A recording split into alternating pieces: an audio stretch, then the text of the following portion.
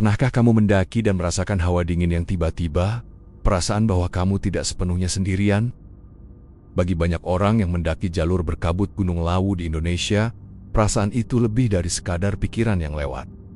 Itu kenyataan. Gunung Lawu yang membentang di Jawa Tengah dan Jawa Timur terkenal bukan hanya karena keindahannya yang menakjubkan, tetapi juga karena akar mistisnya yang dalam dan kisah-kisah supranatural yang mengerikan. Hari ini, kita akan menggali inti misterinya, menjelajahi kisah-kisah bertahan hidup yang mengerikan dari para pendaki yang berhadapan langsung dengan hal yang tidak dapat dijelaskan dan hidup untuk menceritakan kisah tersebut. Ini bukan hanya cerita hantu yang diceritakan di sekitar api unggun. Bagi sebagian orang, ini adalah kisah-kisah bertahan hidup, di mana garis antara alam dan supranatural sepenuhnya kabur. Apa yang terjadi ketika kamu tersesat, sendirian, dan satu-satunya bantuan datang dari sumber yang tidak dapat kamu lihat? Salah satu fenomena paling umum dan meresahkan yang dilaporkan oleh mereka yang tersesat di Gunung Lawu adalah suara-suara tanpa tubuh. Bayangkan ini, kamu telah berjalan selama berjam-jam, kabut begitu tebal sehingga kamu hampir tidak dapat melihat tanganmu di depan wajahmu, dan setiap jalur tampak sama. Kepanikan mulai terjadi. Kemudian, kamu mendengarnya. Sebuah bisikan.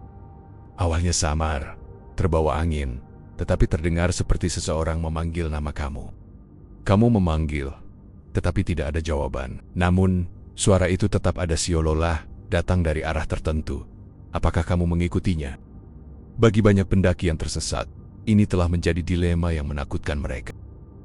Mereka menggambarkan bisikan-bisikan ini bukan sebagai ancaman, tetapi sebagai arahan, hampir lembut, seolah-olah membimbing mereka. Banyak yang memilih untuk mengikuti suara-suara misterius ini mendapati diri mereka secara misterius, kembali ke jalur yang ditandai atau di dekat tengara yang dikenal, tepat ketika harapan mereka mulai memudar. Dampak psikologis terisolasi di alam liar yang begitu luas dan menakutkan tak bisa diremehkan. Pikiran memang bisa menipu, kelelahan, dehidrasi, dan ketakutan dapat menciptakan halusinasi yang kuat. Namun, banyaknya kisah serupa dari orang yang berbeda selama bertahan-tahan membuat kita bertanya-tanya.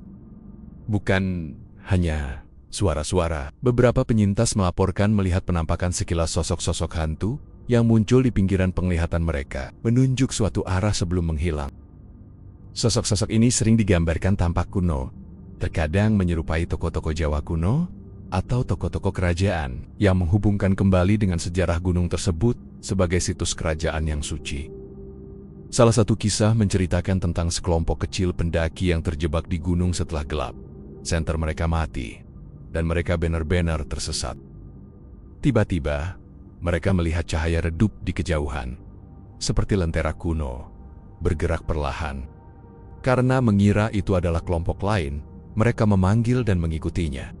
Cahaya itu menuntun mereka menyusuri jalan berbatu yang berbahaya yang tak akan pernah berani mereka tempuh sendiri. Saat mereka mencapai daerah datar dan aman, cahaya itu tiba-tiba padam, menghilang di kegelapan malam. Mereka terguncang, tetapi aman.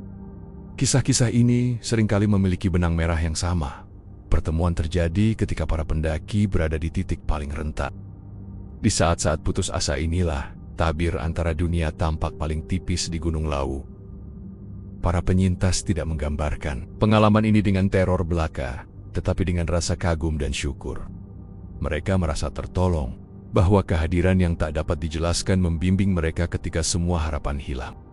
Entah itu roh leluhur dari legenda setempat, mekanisme bertahan hidup psikologis yang muncul, atau sesuatu yang lain sama sekali. Pertemuan-pertemuan ini telah menjadi bagian tak terhapuskan dari identitas gunung. Mereka berfungsi sebagai pengingat yang kuat akan kekuatan alam yang luar biasa dan misteri yang masih tersembunyi di balik puncaknya yang berkabut. Bagi mereka yang telah mengalaminya, kepulangan mereka dengan selamat adalah keajaiban yang mereka kaitkan bukan dengan keberuntungan, tetapi dengan penjaga supranatural Gunung Lawu. Jadi, bagaimana menurutmu? Apakah ini sekadar hasil dari pikiran yang tertekan, atau memang ada kekuatan spiritual yang mengawasi mereka yang menyusuri jalan setapak di Gunung Suci ini? Konsistensi dalam kisah-kisah penyelamatan ini sungguh memikat.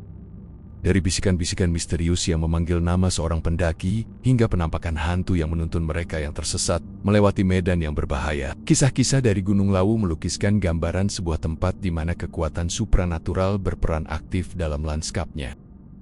Ini bukan sekadar kisah yang dimaksudkan untuk menakut-nakuti, melainkan kesaksian akan harapan dan bantuan yang tak terjelaskan di saat yang sangat dibutuhkan. Banyak pendaki yang pernah mengalami hal-hal ini kembali ke gunung, bukan dengan rasa takut, melainkan dengan rasa hormat yang baru ditemukan dan rasa keterikatan yang mendalam dengan sisi spiritualnya. Mereka meninggalkan sesajen, berdoa, dan menyusuri jalan setapak dengan pemahaman bahwa mereka adalah tamu di wilayah kuno yang kuat. Pengalaman-pengalaman tersebut, meskipun menakutkan, seringkali berubah menjadi sesuatu yang mendalam, menyoroti dampak psikologis dan spiritual yang mendalam yang dapat diberikan oleh alam liar terhadap kita. Alam liar memaksa kita untuk menghadapi hal-hal yang tidak diketahui, tidak hanya di dunia sekitar kita, tetapi juga di dalam diri kita sendiri. Fenomena ini juga tidak sepenuhnya unik di Gunung Lawu. Di seluruh dunia, terdapat pegunungan dan hutan yang kaya akan legenda serupa. Dari manusia kelabu besar Ben Makdui di Skotlandia, hingga hilangnya sosok misterius di hutan Aokigahara, Jepang. Kisah-kisah pertemuan supernatural di alam liar merupakan fenomena global.